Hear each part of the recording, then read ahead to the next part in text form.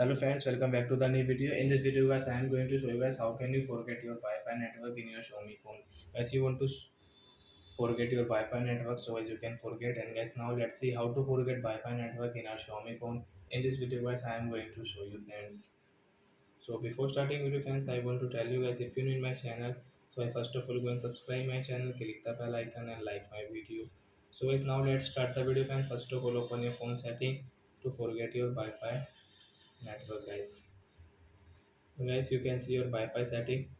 So guys, tap we click on your Wi-Fi setting. Then guys, you can see guys, we have this Wi-Fi guys, we want to forget. So you can see this arrow here.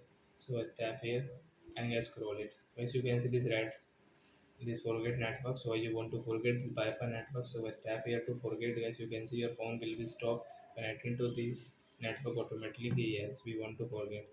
So it will forget, and guys, when you will connect, so you will have to enter again password here. So I hope friends you have understood how to forget Wi-Fi network in your Xiaomi phone. So that's it guys. Thanks for watching. So guys, now we will meet on guys next video guys with new topic.